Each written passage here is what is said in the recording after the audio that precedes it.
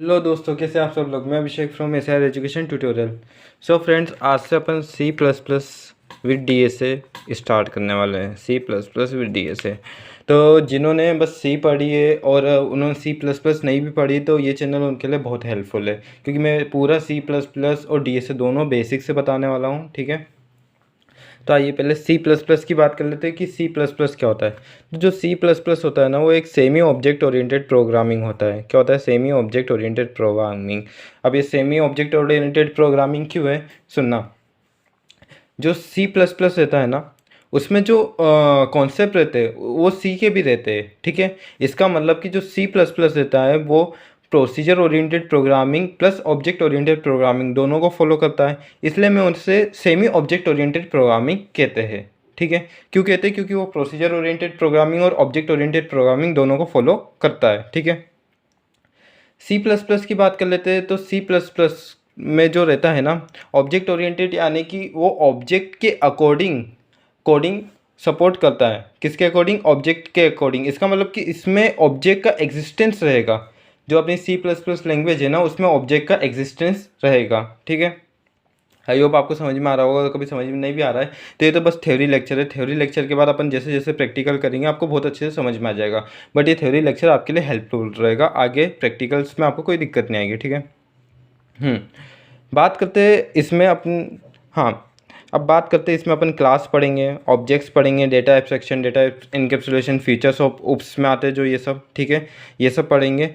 अब बात करते हैं सी प्लस प्लस की सिंटेक्स की। किसकी बात करते हैं? सी प्लस प्लस की सिंटेक्स की। तो देखो, मैंने जैसे कहा था कि सी की पहचान क्या रहती है, उसकी हेडर फाइल। सी की हेडर फाइल क्या रहती है? S include stdio.h। ठीक है, वैसे ही सी प्लस प्लस की भी हेडर फाइल रहती है। सी प्लस प्लस की क्या रहती है? S include io stream .h। ठीक है, अब हैश यहाँ पर प्री प्रोसेसिंग डायरेक्टरीज रहता है। आई का मतलब इनपुट, ओ का मतलब आउटपुट और स्ट्रीम। ठीक है, डॉट एज यहाँ पर एक्सटेंशन है, इनपुट आउटपुट। ठीक है, यानी कि इनपुट लेना आउटपुट लेना। ठीक है, नॉर्मल सा। हैश क्या रहता है? Pre processing directories. इंक्लूड क्या कर रहा है? इस प्री प्रोसेसिंग डायरेक्टरीज को इस आईओ स्ट्रीम से लिंक करने का काम। इंक्लूड क्या कर रही है? इंक्लूड क्या कर रहा है?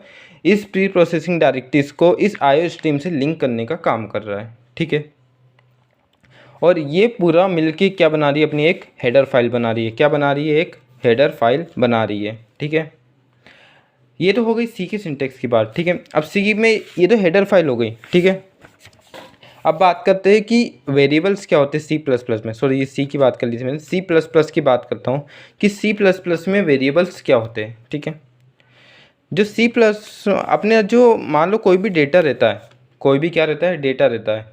वो डेटा रैम में जाके स्टोर होता है। वो डेटा किस में स्टोर होता है? रैम में जाके। ठीक है, अपन कोई भी ऑपरेशन परफॉर्म कर रहे हैं तो वो जो भी ऑपरेशन है वो किस में जाके स्टोर हो रहा है? रैम में जाके स्टोर हो रहा है। और रैम कोई एक बहुत बड़ी मेमोरी, एक बहुत बड़ी मेमोरी तो है, लेकिन उसके अंदर भी क्या है? छोटी छोटी सी मेमोरी से। रैम एक बहुत बड़ी मेमोरी से, लेकिन उसके अंदर भी क्या है? एक छोटी छोटी सी मेमोरी है। ठीक है, और उस हर एक मेमोरी का अपना कुछ नाम है, या फिर उसका कह सकते हैं अपना कुछ एड्रेस है। ठीक है, जो एड्रेस अपन को नहीं पता है, जो एड्रेस अपन को नहीं पता है, मतलब ये रहा यूज़र। ठीक है, ये यूज़र क्या कर रहा है? ऑपरेशन परफॉर्म कर रहा है।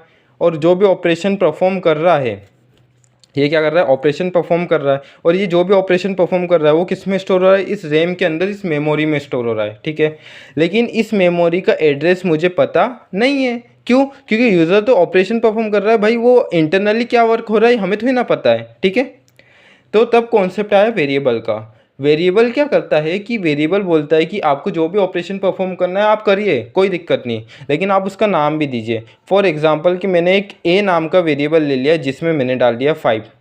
मैंने क्या डाल दिया? 5। अब ये 5 जो है इस रैम के अंदर जाके स्टोर हो गया, और उस मेमोरी का नाम क्या हो गया? ए हो गया। क्या हो गया? ए। अब जब भी मुझे इस 5 को एक्सेस करना रहेगा, जब भी मुझे इस 5 को एक्सेस करना रहेगा, तो मैं इस 5 को एक्सेस ना करते हुए मैं इस ए नाम के वेरिएबल को एक्सेस कर लूँगा। मैं किसको एक्सेस कर लूँगा? इस ए नाम के वेरिएबल को एक्सेस कर लूँगा। अब जब भी मैं ए नाम के वेरिएबल को एक्सेस करूँगा तो उसके अंदर क्या स्टोर है? 5 स्टोर है।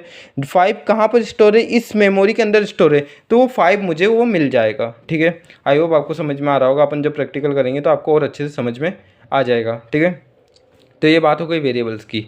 अब बात करते हैं कीवर्ड्स की। कीवर्ड्स क्या होते हैं? कीवर्ड्स एक पहले से मतलब कीवर्ड्स को मैं कह सकता हूँ प्री डिफाइंड वर्ड्स होते हैं जो अपना C++ में उनका मीनिंग ऑलरेडी डिफाइन होता है। Keywords is a reserve words was meaning already define in C++। ठीक है, यानी कि कीवर्ड्स एक रिजर्व वर्ड्स होते हैं जिनका मीनिंग C++ की लाइब्रेरी में ऑलरेडी डिफाइंड रहता है। C++ की लाइब्रेरी में 48+ कीवर्ड्स रहते हैं। ठीक है, 48+ कीवर्ड्स रहते हैं जिसमें आपका इंटीजर आ गया, चार आ गया, फ्लोट आ गया, डबल आ गया और बहुत सारे कीवर्ड्स है। ठीक है, जैसे जैसे अपन C++ की कोडिंग करेंगे आपको कीवर्ड्स का मतलब समझ में आता जाएगा। ठीक है, तो ये तो बात हो गई कीवर्ड्स की।